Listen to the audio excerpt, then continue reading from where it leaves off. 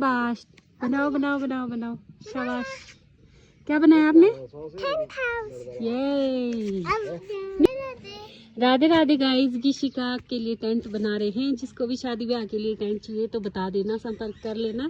गिशी अपना टेंट लेकर आएगी तो बोली की टेंट बनाओ। तो ये बन गया गिशिका का टेंट हाउस। क्या बन गया बेटू?